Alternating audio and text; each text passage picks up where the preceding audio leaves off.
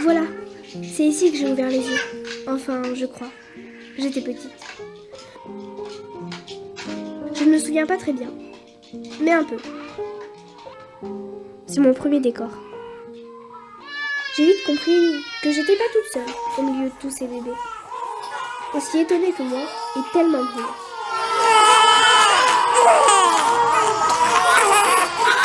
Il y avait aussi ces choses. Elles me donnaient de l'amour. J'ai appris à reconnaître des mains, des bras, des visages. J'ai toujours su qui était maman. D'ailleurs, au début, il n'y avait que maman. Avec les autres, j'ai eu plus de mal. Je n'étais pas rassurée. Ils n'avaient pas le même visage, les mêmes mains, les mêmes odeurs.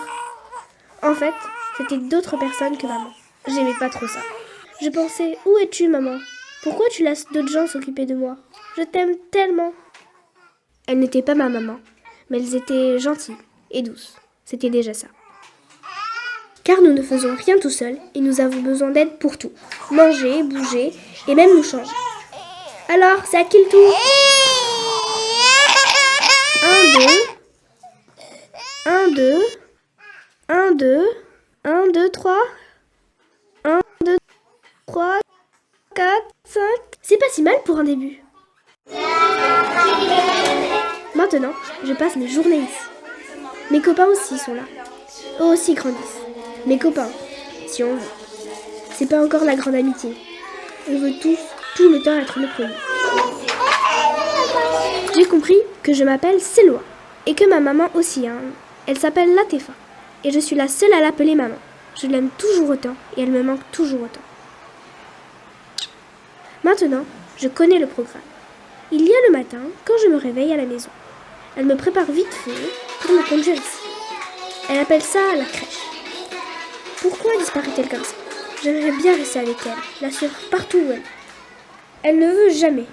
Elle me sourit, m'embrasse et disparaît. Cœur de pierre, je lui en veux tellement. Et pourtant, je sais maintenant qu'elle revient. Elle est toujours revenue, mais après de longues heures. Ici, chaque copain a une maman. Et chacun dit que sa maman est la plus belle, la plus gentille, la meilleure. Moi, je sais que c'est ma maman la championne. J'adore les journées quand nous restons ensemble, elle et moi. À la maison, au parc ou à la plage. Mais c'est trop rare. Le plus souvent, je viens ici. Je m'habitue aux nouvelles éducatrices, je m'habitue aux copains. On essaie de s'apprivoiser, de jouer ensemble, mais ça demande des efforts. Et encore un truc à apprendre, ça s'arrête jamais. Aussi, il y a de drôles d'adultes. Ils n'ont pas l'air méchants, mais ils nous regardent dans tous les sens. Ils utilisent des appareils. Une fois ou deux, ils m'ont même fait mal. Pas toujours, c'est vrai. Mais quand même, je suis méfiante. Docteur. Surtout, bien retenir ce nom. Et quand je serai plus grande, je ne me laisserai plus attraper. Et me voilà quelques années plus tard. Stylé mon cartable, hein? Je ne dis pas que je comprends tout, mais quand même, c'est de mieux en mieux.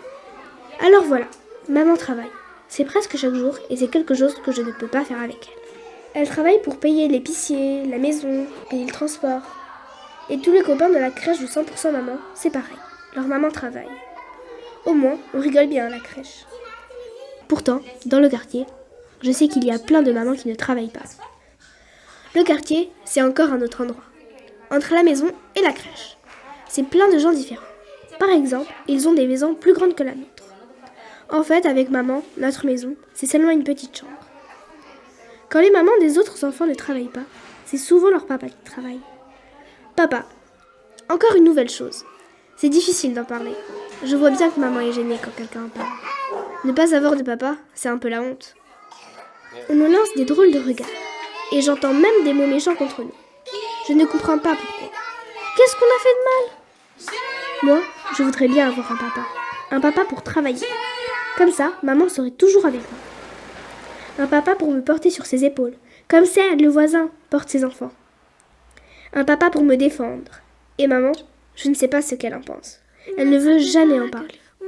tracé, monsieur. C'est monsieur le dit. Heureusement, tout le monde n'est pas méchant. L'épicier est gentil. Et parmi les voisins, Ami Souheil et sa sœur Melika sont toujours très généreux avec moi. Je n'ai pas de papa, mais j'ai comme plein de frères et sœurs à la crèche 100% maman. Il y a surtout Fatima, ma copine, mais aussi Myriam, Mohsin, Sena et Driss. Maintenant, nous allons en classe avec Ousteda Soumeya. Et là, c'est du sérieux. Comptine, travail manuel, dessin. Mais quel boulot! Maman me dit de bien écouter Ousteda Soumeya. Elle dit que je vais aller en classe longtemps, très longtemps, et que c'est une chance pour mon avenir. Certains disent que je n'ai pas eu trop de chance dans ma vie. Moi, je sais que j'ai la meilleure des chances. Et cette chance, c'est ma maman. All around me are familiar faces, worn out places, worn out faces.